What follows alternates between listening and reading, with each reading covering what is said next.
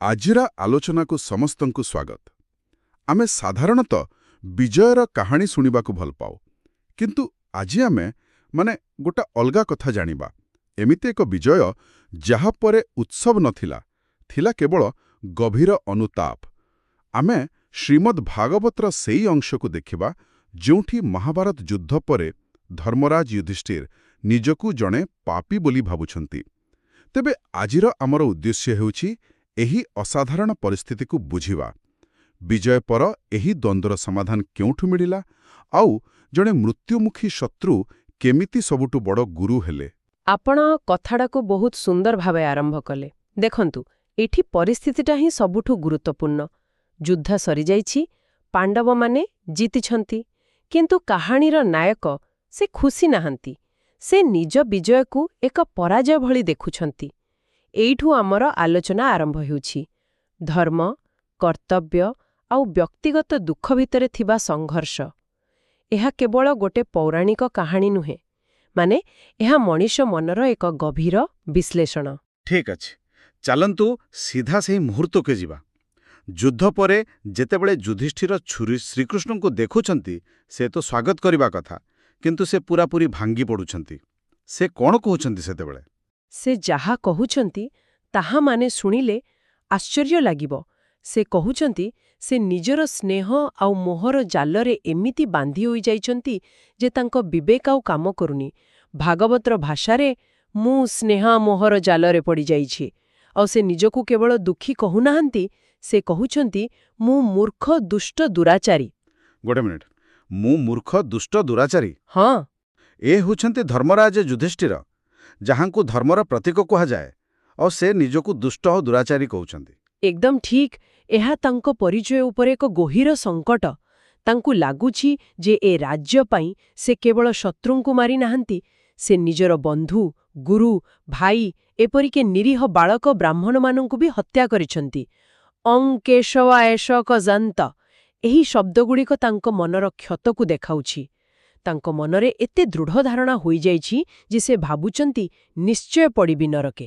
ଆଚ୍ଛା, କିନ୍ତୁ ଶାସ୍ତ୍ରରେ ତ କୁହାଯାଇଛି ଯେ ଧର୍ମଯୁଦ୍ଧରେ ଶତ୍ରୁକୁ ମାରିଲେ ପାପ ଲାଗେ ନାହିଁ।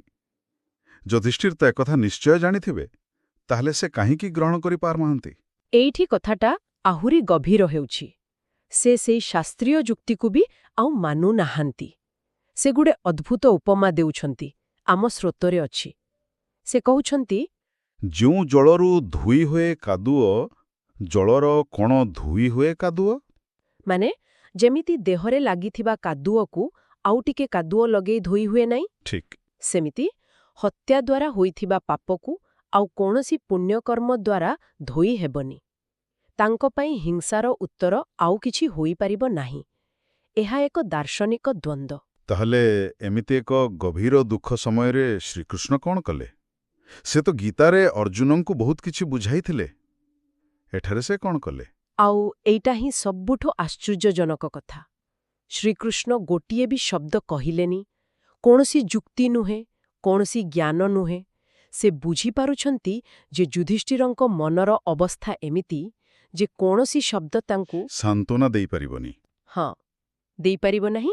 ତେଣୁ ସେ ପ୍ରଥମେ ନିଜ ମାୟା ବଳରେ ତାଙ୍କ ମନକୁ ଟିକେ ଶାନ୍ତ କରଉଛନ୍ତି, ଆଉ ତାପରେ ଚୁପଚାପ ସମସ୍ତଙ୍କୁ ନେଇ ଗୋଟେ ଯାତ୍ରାରେ ବାହାରି ଯାଉଛନ୍ତି। ଆଚ୍ଛା, ଏହା ଏକ ବଡ଼ ଶିକ୍ଷା। କିଛି ଦୁଃଖର ସମାଧାନ କଥାରେ ନୁହେଁ, କର୍ମରେ ଥାଏ। ତେବେ କୃଷ୍ଣଙ୍କର ଏହି ନୀରବତା ଏବଂ ସ୍ଥାନ ପରିବର୍ତ୍ତନ, ଏହା ଏକ ଅଦ୍ଭୁତ ପଦକ୍ଷେପ। ଏହି ଯାତ୍ରା ସେମାନଙ୍କୁ କେଉଁଠିକି ନେଇଗଲା?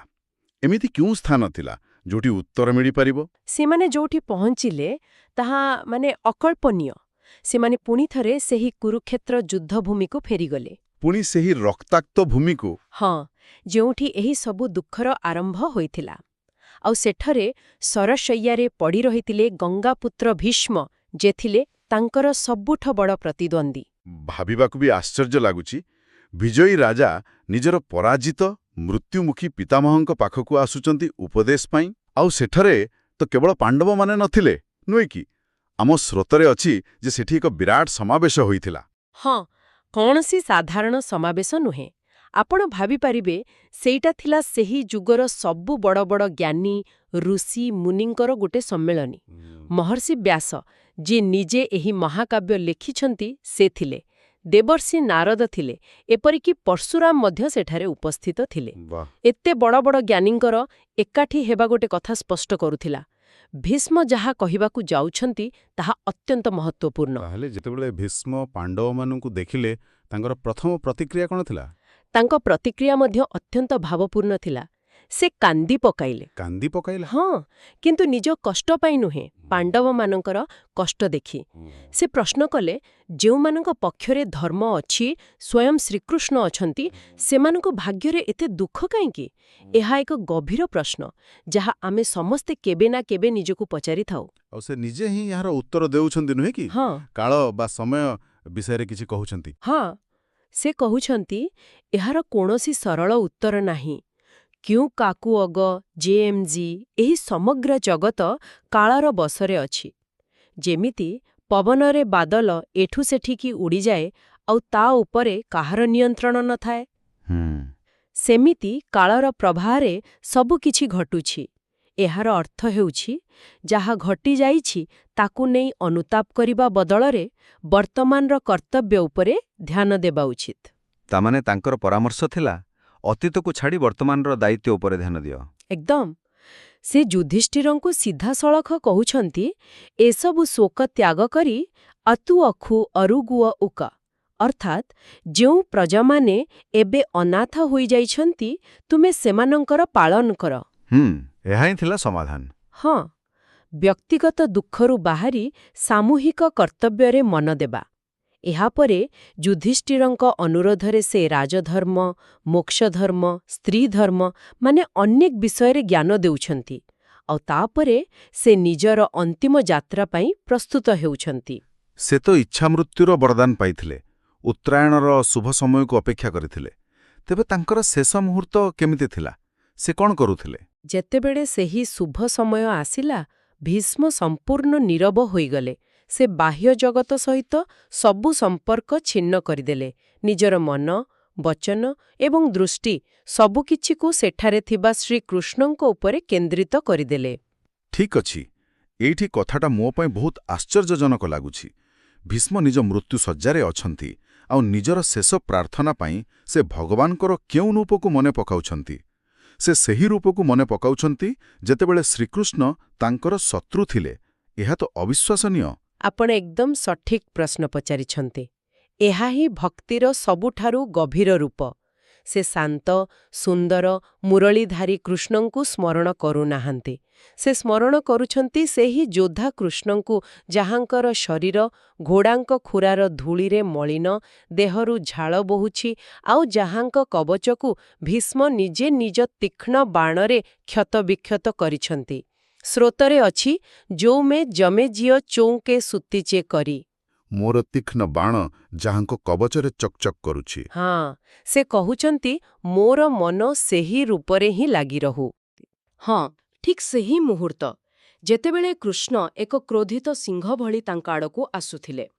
ଭୀଷ୍ମ ସେହି ଭୟଙ୍କର ରୂପରେ ହିଁ ପରମ ସୌନ୍ଦର୍ଯ୍ୟ ଓ ଦିବ୍ୟତା ଦେଖୁଛନ୍ତି।